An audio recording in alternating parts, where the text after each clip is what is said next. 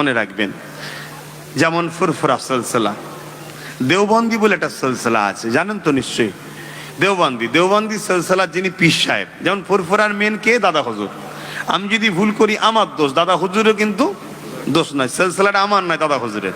দেওবন্দিদের main হচ্ছে হাজী ইমদাদুল্লাহ মুহাজির মাক্কি। কেউ যদি দেওবন্দি বলে ভুল করে সেটা তার দোষ।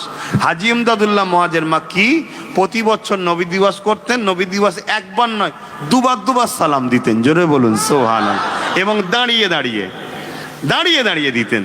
এবং আর একটা দল আছে, বেরেলি বলে একটা দল আছে। হ্যাঁ, হজরতে আলা হজরত আহমদ রেজা খান বেরলুবি, তিনি বেরেলিদের পীর সাহেব। যেমন আমাদের পীর সাহেব দাদা হুজুর, তিনি তিনাদের পীর সাহেব।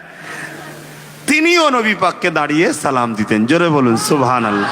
আর একটা দল আছে কারামত আলী জোনপুরি, ইনাদের সঙ্গে আর দাদা হুজুরের সিলসিলার মুরিদরা প্রায় একসাথেই মিশেই আছে।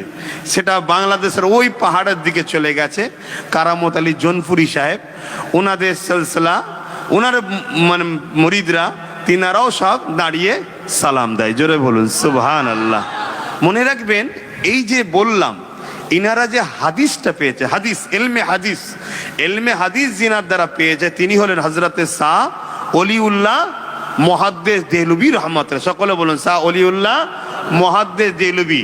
আমি যে হাদিস বলি, ইনারা যত যা হাদিস বলে, সবার গুরু হচ্ছে, মা বাপ হচ্ছেন মাথায় উনি প্রথম আরব থেকে, মক্কা মদিনা থেকে হাদিস এনেছেন। উনি বলছেন, আল্লাহ আমার কোনো ভালো আমল নেই যার জন্য ওসিলাদের দোয়া চাইবো যে আমার কিতাবটা কবুল হোক। আমার একটা আমল আছে, নিখুঁত আমল। কি? আমি যখন আপনার হাবিবকে সালাম দিতাম, দাঁড়িয়ে সালাম দিতাম। জোরে বলুন সুবহানাল্লাহ। আরো জোরে বলবেন না? নারী দিবে।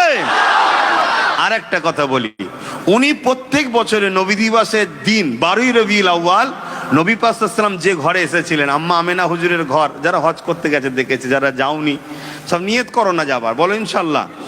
তবে ইয়ং বয়সে যাবে। আমি দোয়া করি আল্লাহ তোমাদের তাড়াতাড়ি পয়সা দিক, তাড়াতাড়ি যেন মক্কা মদিনায় ঘোরায়।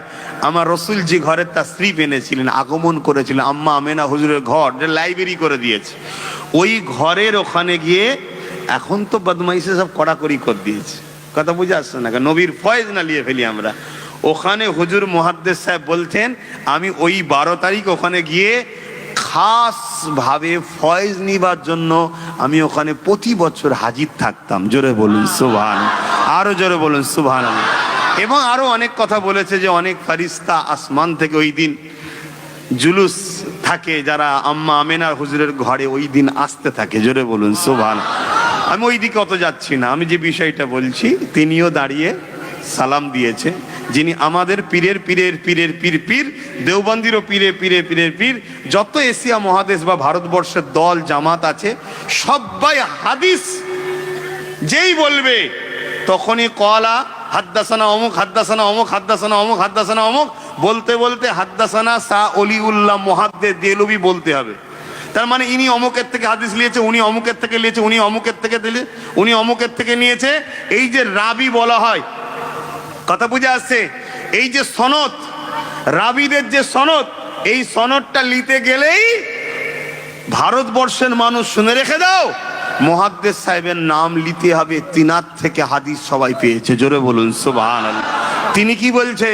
আমি নবী পাককে ওসিলা দিলাম, দাঁড়িয়ে সালাম পড়তাম, সেই ওসিলা দিয়ে আল্লাহর কাছে দোয়া চাইছি যে আল্লাহ আমার এই কিতাবকে কবুল করে নেন। জোরে বলুন সুবহানাল্লাহ।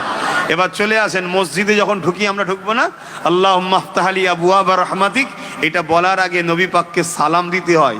সালাম দাও, তারপরে এটা বলো, তবেই তো কবুল হবে। জোরে বলুন সুবহানাল্লাহ। জানাজাতে নবী পাককে সালাম দেওয়া হয়। জানাজা কি বসে পড়েন তো নাকি?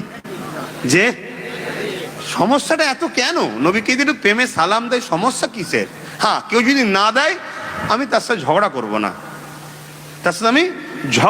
না, কিন্তু আমি যদি দিই, এটাকে এত তুচ্ছ তাচ্ছিল্য করা হয় কেন? কোরআন হাদিসে কোথায় আছে? কোরআন হাদিসে শুধু শরিয়াতের দলিল নাকি? আজান দিচ্ছে, এইভাবেই দাঁড়ান, আজান দেবে, সালাম পড়িয়ে দোয়া করে দেবো, গিয়ে নামাজ আদায় করে নেবেন। আপনাদের মহল্লাই তো, এখানে একটা জামাজ করলে হয় না? তাহলে আপনাদের সাথে আমিও পড়ে নেবো। আপনাদের সাথে আমিও পড়ে লোক, আমাকেও তো পড়তে হবে। হুজুর বলে কি ছাড় নাকি? হুজুররা না পড়লে বেশি মারবে আবার। কেন আমরা দুনিয়ার লোককে নামাজ পড়ার কথা বলি, আর আমি যদি না পড়ি বেশি মার হবে আবার। দুদিক দিয়ে মার, এক পড়িনি তার মার, এক পড়তে বলি আবার পড়িনি তাও মার। হুজুর হওয়া এত সহজ নয় রে ভাই, দেখতে খুব ভাল লাগে না, মার প্রচুর আছে, আল্লাহ মাফ করুক। এভাবে একটু দাঁড়িয়ে থাকতে